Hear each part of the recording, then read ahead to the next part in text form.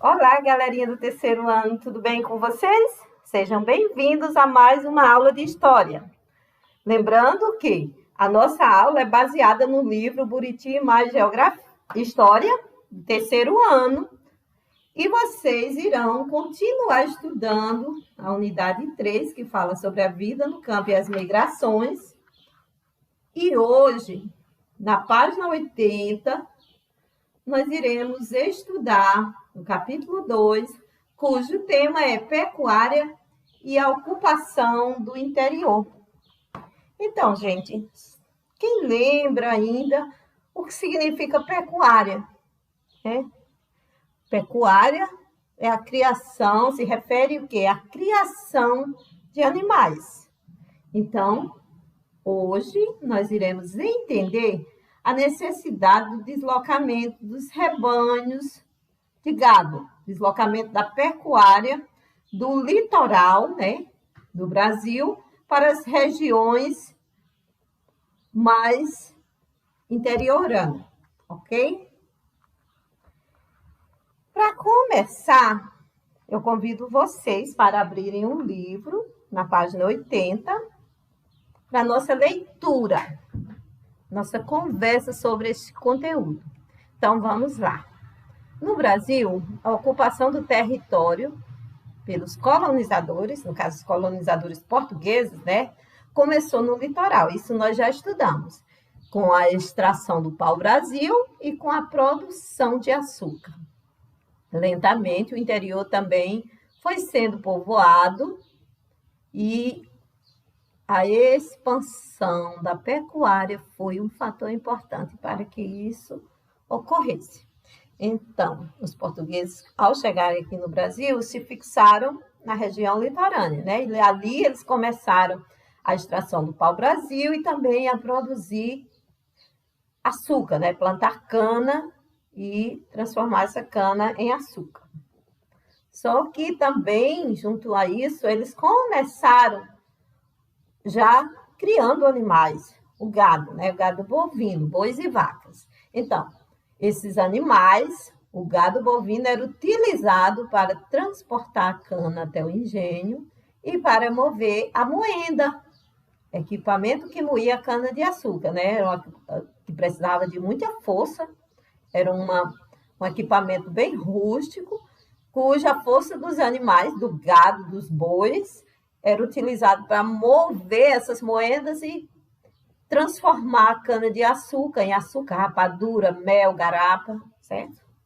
Então, a carne, o leite, servia de alimento para a população local e o couro fabricava-se roupas e outros utensílios e outros objetos usados no cotidiano, Então, era isso.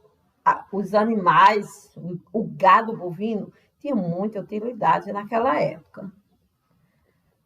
Como os bois eram criados próximo aos engenhos, frequentemente o gado entrava nos canaviais para se alimentar e destruir as plantações de cana. Vocês imaginam, o gado, observando o verde dos canaviais, não resistia. É como ainda acontece hoje. E quem mora no sítio sabe bem disso, que os animais, quando eles observam uma pastagem verde, eles vão, não querem nem saber, eles pulam cerca, E passam e vão lá se alimentar, fazer a festa, Como a gente costuma chamar, Então, aí veja só. Por isso, em 1701, o governo de Portugal, o governo português, ele criou uma lei que proibia a criação de gado perto do litoral, para evitar prejuízo, gente, para evitar que o gado comesse as plantações de cana-de-açúcar. Então, o que aconteceu?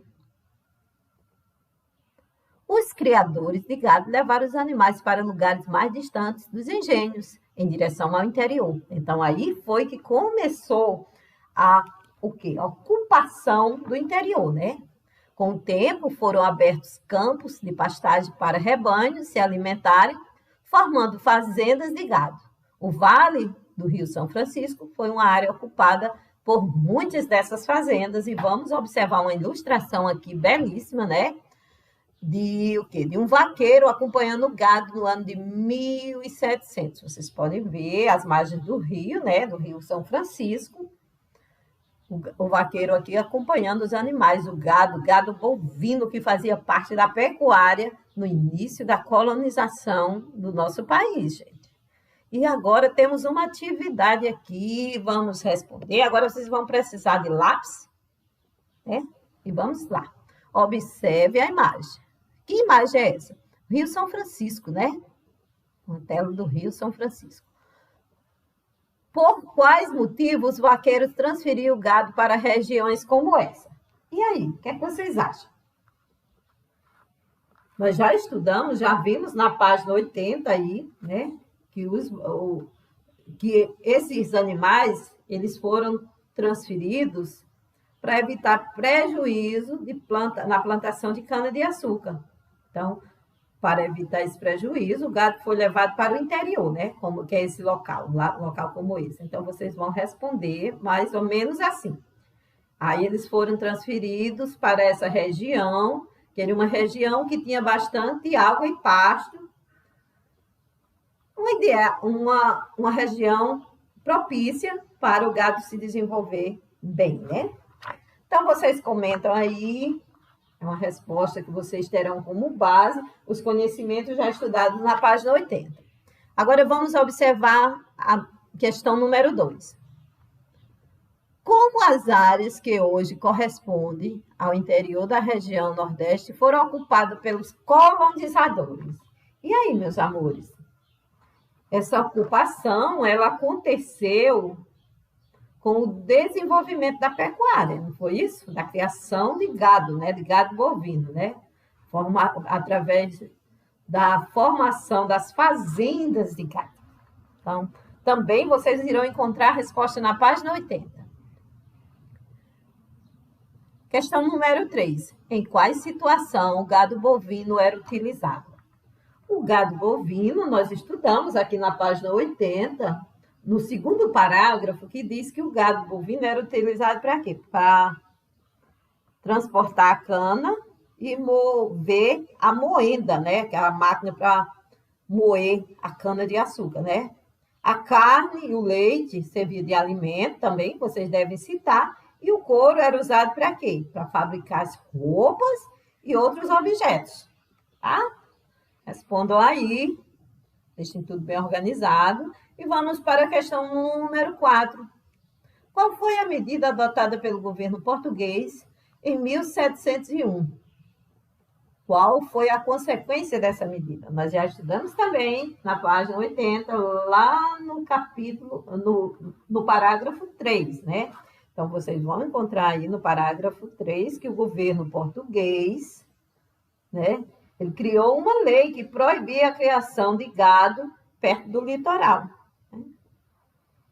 E, com isso, a pecuária se deslocou para o interior das capitanias.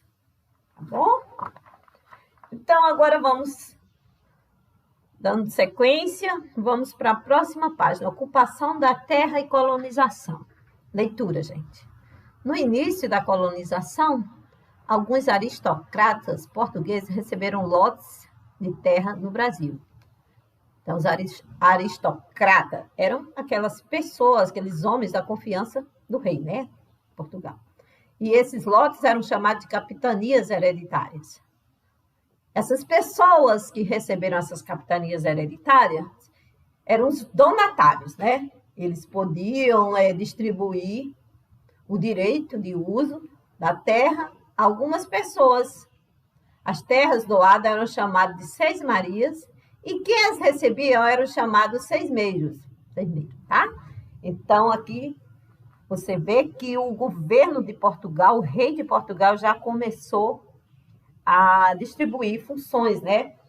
Para outras pessoas desenvolverem, né, a economia aqui no Brasil.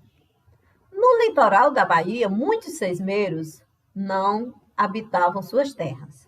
Eles receberam, mas não ficaram morando ali. Deixaram as terras lá, sozinhas, abandonadas.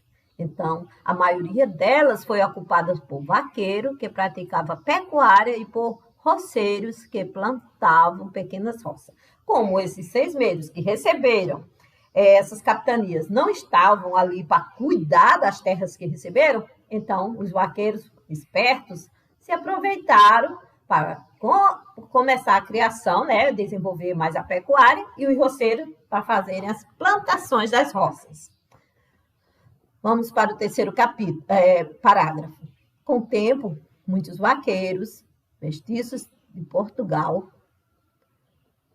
portugueses com indígenas, porque eles, mestiços de portugueses com indígenas, significa que eles eram descendentes, né, do cruzamento de portugueses com índios. Eles construíram fazendas de gados e foram se expandindo pelo interior. Houve muitas disputas e conflitos entre esses colonos e os grupos indígenas que lá viviam. E agora nós vamos estudar um pouquinho sobre a resistência indígena, né? Grande parte das terras localizadas perto do rio Parnaíba, no litoral do estado do Piauí, e do rio São Francisco, no atual estado da Bahia, eram ocupadas por grupos de indígenas, esse grupo chamado indígenas cariris, que já viviam no local muitos anos antes da chegada dos portugueses. Eles se reuniram, formando a Confederação dos Cariris, e lutaram contra os colonos que queriam tomar suas terras para instalar as fazendas. E aconteceu o quê? Uma revolta, uma luta. Essa luta, iniciada em 1686, a revolta se espalhou pela região dos atuais estados do Rio Grande do Norte, da Paraíba e do Ceará. A luta durou muito tempo, até que, em 1713, tropas paulistas derrotaram a Confederação dos Cariri. Então, os índios foram derrotados, né? Com a derrota e o avanço das fazendas de gado, só um momento, os indígenas que sobreviveram foram catequizados ou escravizados. E alguns conseguiram se refugiar no interior. Tá? Aqui nós temos uma tela, né? O detalhe de uma tela, que é uma dança tapuia, né? Tapuia por quê? Porque os cariris eram chamados de tapuia, eram chamados assim pelos não indígenas, que eram os portugueses, e pelos indígenas da tribo, do grupo Tupi, né? Era Tupi e Cariri, tá? Voltando, agora temos uma atividade aqui. Essa atividade aqui não é para responder, é só para vocês conversarem aí com a família de vocês. Vamos observar as imagens abaixo. Que grupo está representando? Vamos observando essas duas imagens? Nós sabemos, né? Quem são essas pessoas? Observem bem direitinho. Aqui na esquerda nós temos o quê? O sertanejo ou vaqueiro do sertão de Pernambuco, né? E aqui nós temos o vaqueiro no município de Antas, no estado da Bahia. Então, vocês vão saber comentar aí, né? A outra pergunta aqui embaixo. O que mudou e o que permaneceu igual, apesar da diferença de quase 200 anos entre uma imagem e outra, né? Então, vamos observar aí, vamos conversar em família e ver aí o que é que mudou desse vaqueiro, primeiro dessa aqui, para essa imagem, tá? Vocês vão observar nas vestes, na forma como ele cuidava dos animais, né? Vocês conversem aí em família. E agora temos uma questão para responder. Questão número 6, essa sim, vocês irão responder aí no livro de vocês, na página 83.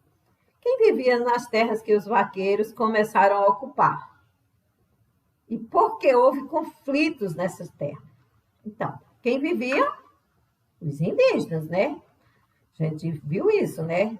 Houve conflito? Houve. Por quê? Porque os vaqueiros, né, construíram fazendas de gado nas terras onde os indígenas viviam. E eles não aceitavam isso, perder as terras para os vaqueiros. Daí surgiu o quê? Conflitos, né? Guerras entre eles. Né? Questão número 7. O que foi a Confederação dos Cariri? Né? Foi uma reunião de quem?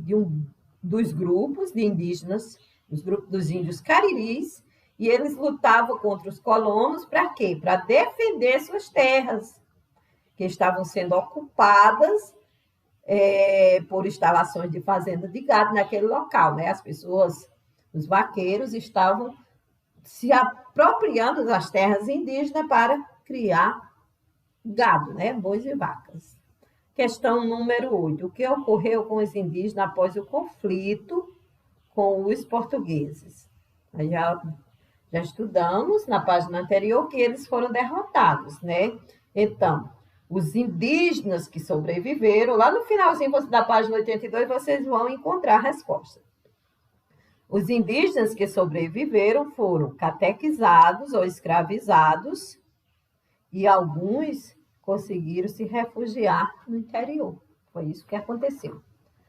Vamos agora para a página 84, o mundo em que vivemos, tá certo? Nós vamos descer um pouquinho aqui, o mundo em que vivemos, a preservação da cultura indígena.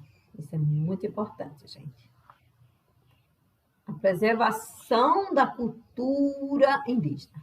Quando os portugueses chegaram ao território que atualmente forma o Brasil, havia cerca de 5 milhões de indígenas. Muitos, né, gente? Ao longo do tempo, durante o contato entre esses povos, grande parte da população indígena foi morta ou escravizada pelos portugueses, certo? Isso é um marco muito triste na história do nosso Brasil, né?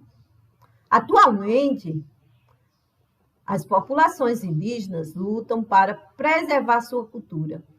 Então, para restaurar e fortalecer a própria identidade e preservar sua forma de ver o mundo, a escola indígena surgiu como uma necessidade para educar crianças e jovens, tanto para conviver com a sociedade não indígena, como para entender suas origens e cultura. Então, eu acho que vocês já ouviram falar em escolas indígenas, né? As escolas que estudam diferente, que tem uma disciplina a mais do que a nossa, né? A língua materna, né?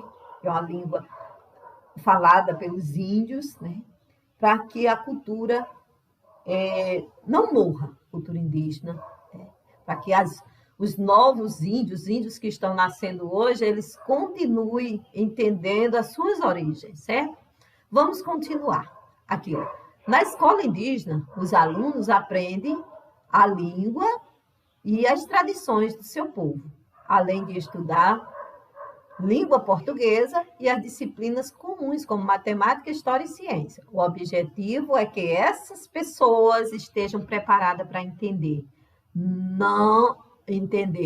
os não indígenas, que são as pessoas brancas, né, o homem branco, e defender seus direitos sem perder suas raízes ancestrais. Muito importante isso aqui, vocês estão vendo crianças indígenas aqui, né? Pessoas, índios, adultos, homens e mulheres, né? Vocês observem a forma como eles se vestem, né? E isso faz parte de quê? Da cultura, dos costumes deles, e que devem ser conservados, né? Para gerações futuras. E aqui nós temos umas perguntinhas. O que aconteceu com os povos indígenas após a chegada dos portugueses? Gente, após a chegada dos portugueses, grande parte da população indígena aconteceu o quê? Nós vimos aí anteriormente que ela foi morta, escravizada, ou teve sua cultura prejudicada. Né? Essa é a página mais triste da nossa história brasileira. Sou revoltada com isso, sabia? Porque os índios, sim, eles são os verdadeiros donos da terra. Quando os portugueses chegaram aqui no Brasil, eles já estavam, né? E eles tiveram, para permanecer aqui, muitos foram mortos, e os que sobreviveram foram escravizados. E ainda hoje eles sofrem muito para conquistar seus direitos. Número 2. Por que a escola indígena é importante para esses povos? Então, vocês vão colocar aí que a escola indígena é importante para que os alunos possam o quê? Entender os não indígenas, que são as pessoas normais, né? E também defender seus direitos sem perder suas raízes ancestrais, né? Aqui nós temos, leia o texto abaixo e marque a alternativa correta. Vamos ler esse texto? É rapidinho. A escola indígena. A escola indígena tem, além de abordar muitos conteúdos que os não indígenas aprendem, ensinar a fazer conta, a ler, a escrever na língua indígena, também passou a incluir os conhecimentos locais na sala de aula.